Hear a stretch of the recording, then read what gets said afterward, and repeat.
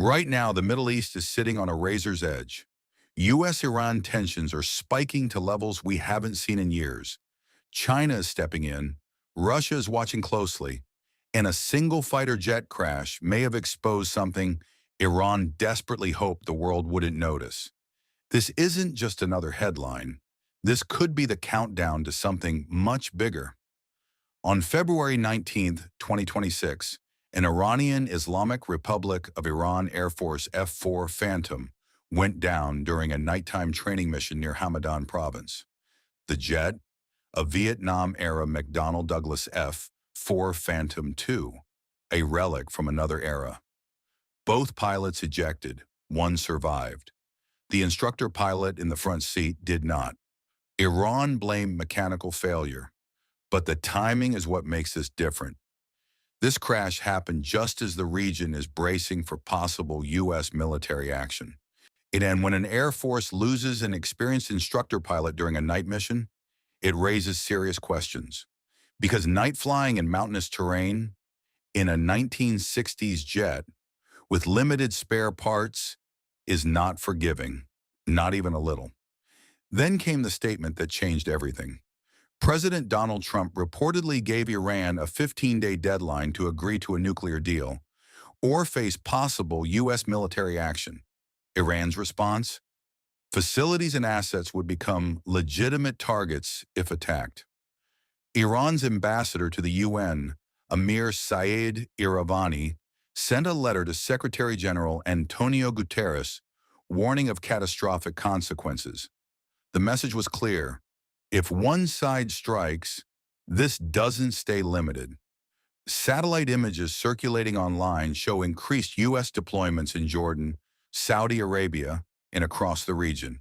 MEV reports suggest stealth aircraft, electronic warfare jets, and carrier strike groups are already in place.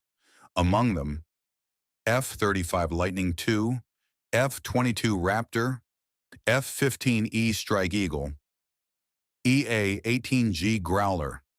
This isn't symbolic positioning. This is combat-ready air power, and it's the largest surge in the region in years.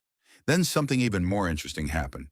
China reportedly delivered a scale model of the Chengdu J-20 to Iran during Air Force Day celebrations. Symbolic? Yes, but symbols matter.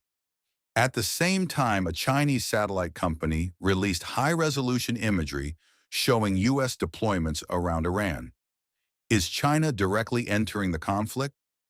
Not officially, but support can come in many forms. Satellite intelligence, radar systems, drone technology, air defense upgrades under their 25-year cooperation pact. Beijing and Tehran have been deepening ties. This is no longer a regional standoff. It's geopolitical chess. The real weakness, Iran's Air Force. Here's the uncomfortable truth.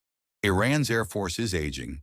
Its fleet includes Grumman F-14, Tomcat, Northrop F-5, Mikoyan MiG-29, Sukhoi Su-24. Many are decades old. Sanctions have limited spare parts. Maintenance is inconsistent. Flight hours per pilot are believed to be far below Western standards.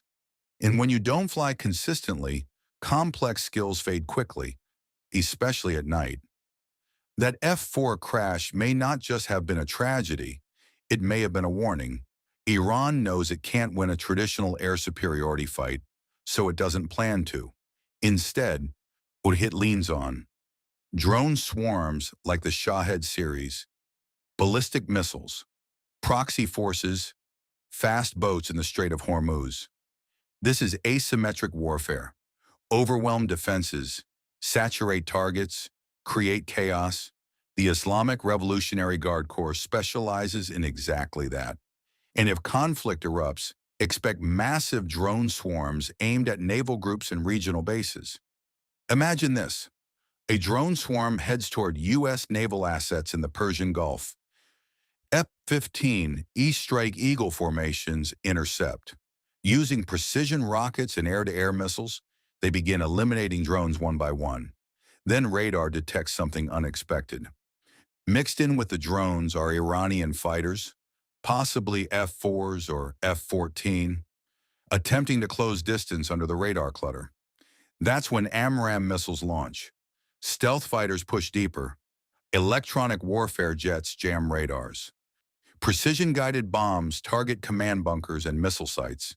In a conventional air battle, Iran would struggle, but in a missile and drone saturation scenario, the outcome becomes far more complex. Russia and China both have reputations on the line. If Western stealth aircraft dominate again, it weakens confidence in rival air defense systems. That's why new radar systems and surface-to-air upgrades may already be flowing into Iran. Everyone is watching, because this isn't just about Iran, it's about the credibility of U.S. air power, China's emerging military influence, Russia's defense exports, and the future balance of power in the Middle East. One F-4 crash, one 15-day ultimatum, one symbolic J-20 delivery. Individually, they're headlines. Together, they form a pattern. The Middle East isn't just tense, it's preparing. The real question now is this: does diplomacy win the next 2 weeks? Or does the world wake up to a brand new conflict? Let me know what you think happens next, because the clock may already be ticking. Subscribe for more updates.